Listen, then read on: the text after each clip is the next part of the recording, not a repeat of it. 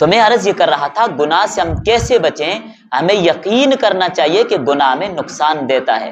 عرض جی نے ایک بڑی عجیب مثال لکھی ہے۔ عرض فرماتے ہیں 100 دانے لڈو کے ہوں،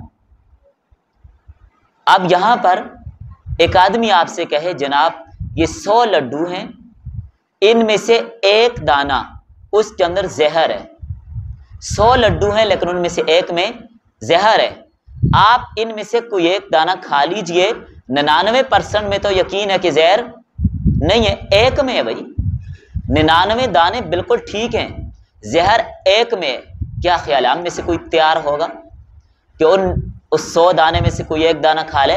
ہو سکتا ہے وہی ہو جس میں زہر وہ میں اٹھا لوں، ہو سکتا ہے وہی ہو، حالانکہ 99 یقینی ہے۔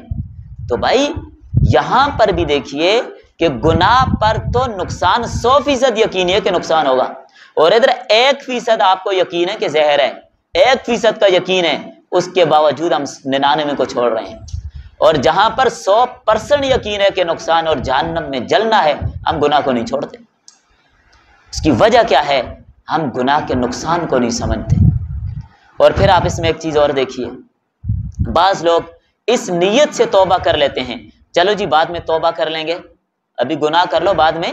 یہ شیطان کا بہت بڑا ہتھیار ہے، جس ہتھیار کے ساتھ بڑوں کو اس نے گھائل کیا، یہ سب سے خطرناک ہتھیار ہے۔ ایک ہتھیار پہلے وہ یہ استعمال کرتے ہیں، چلو چھوڑ دو مستحب ہی تو بات ہے، کوئی بات نہیں، مستحب کو چھڑواتا ہے، یوں نہیں کہتا وہی چھوڑو نہیں کرنا، یوں نہیں چھڑواتا، اس کا طریقہ ہے، اس کے ہتھ کنڈے ہیں، تلبیس ابلیس آپ پڑھیں آپ کو واضح ہوگا کیا کیا ہتھ کنڈے استعمال کرتے ہیں۔ آپ مستحب کو چھوڑیں گے، پھر جب ہم مستحب چھوڑتے ہیں آگے بڑھتے بڑھتے سنت تک پہنچتا ہے، کوئی بات نہیں سنت ہی تو ہے، کوئی پوچھنے ہوگی چھوڑ دو، سنت چھوڑ دی، واجبات کو چھوڑاتا ہے، وہ چھوڑ دیے فرائض کو چھوڑاتا ہے، یوں انسان کو گناہگار بنا دیتا ہے۔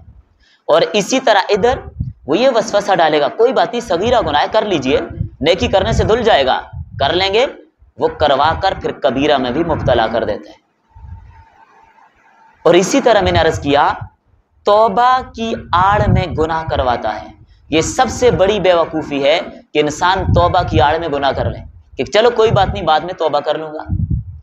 اس کی مثال بالکل ایسے ہی ہے، یہ گلاس ہے زہر کا بھرا پڑا ہے، آپ سب کو پتا ہے اس میں زہر ہے، اور اس طرف ایک انجیکشن رکھا ہے یا گولی رکھی ہے یا سیرپ رکھا ہے، اور اس سیرپ کے بارے میں آپ جانتے ہیں کہ اس زہر کا یہ تریاق ہے۔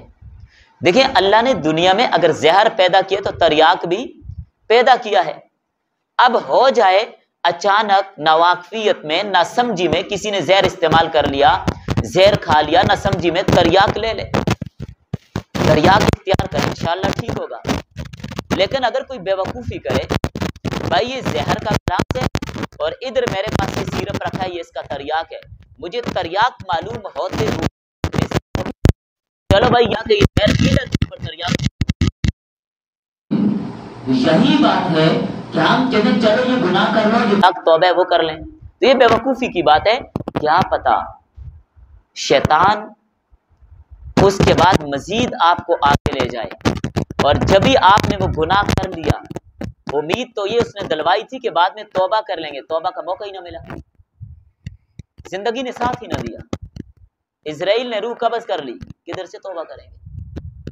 تو اس لیے بے وقوفی والی بات ہوگی کہ ہم تریاق کے معلوم ہوتے ہوئے زہر استعمال کریں۔ الگ بات ہے کہ اللہ نے گناہوں کا تریاق توبہ میں رکھا ہے، لیکن وہ جہالت کی وجہ سے، نادانی کی وجہ سے، ناسمجھی کی وجہ سے ہو جائیں، ان پر توبہ کر لیجئے، معافی مانگ لیجئے، جان بوجھ کر گناہ کرنے کی اجازت نہیں ہے۔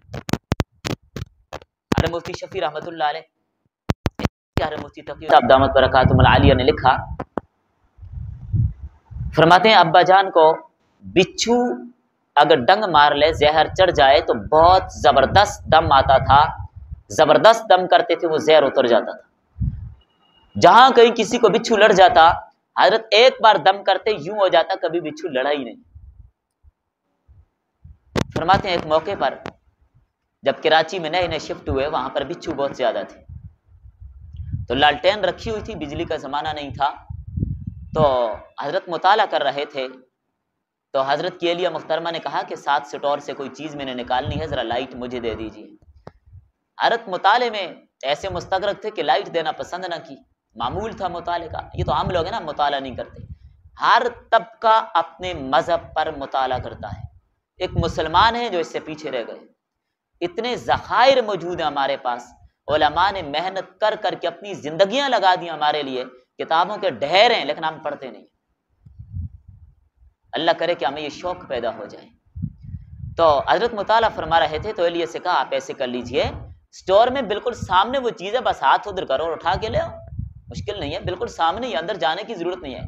تو الیہ نے کہا حضرت بچھو بہت ہیں اسٹور میں، بچھو بہت ہوتے ہیں. تو حضرت کہنے لگے کوئی بات نہیں، ڈنگ مار دیا تو میں دم کر دوں گا، ڈنگ مار دیا تو میں دم کر دوں گا، زہر اتر جائے گا. اہلیہ چلی گئی. جو ہی ہاتھ کیا وہ چیز اٹھانے کے لیے اتفاق بچھو کاٹ گیا، ڈنگ مار دیا. واپس حضرت کے پاس عورت، بچھو لڑ گیا. عورت نے دم کیا، کوئی فائدہ نہیں ہوا. دوبارہ جو اور زہر اتارنے کا دم آتا تھا وہ کیا، تب بھی کوئی فائدہ نہیں. بارہا زور لگایا، کوئی فائدہ نہیں ہوا. اب حضرت نے اللہ کے حضور استغفار کیا کہ میں نے بڑی بات کہہ دی تھی. تو حضرت یہی مثال سمجھاتے ہیں کہ بھائی ہم اس نیت سے کہ چلو بعد میں توبہ کر لیں، ابھی گناہ کر رہے ہیں، یہ بے وقوفی کی بات ہے. اللہ تعالیٰ ہمیں سمجھنا نصیب فرمائے. اگر ہم نے اللہ کے ساتھ جڑنا ہے، اللہ کی محبت اپنے دلوں میں پیدا کرنی ہے تو گناہوں کو چھوڑنا ہوگا. یہ گناہ چھوٹیں گے کیسے؟ ذکر کی کثرت کے ساتھ، توبہ اور استغفار کی کثرت کے ساتھ، اہل اللہ کی صحبت کے ساتھ. اللہ تعالیٰ ہمیں یہ ساری چیزیں نصیب فرمائے. وآخر دعوانا ان الحمد للہ رب العالمین.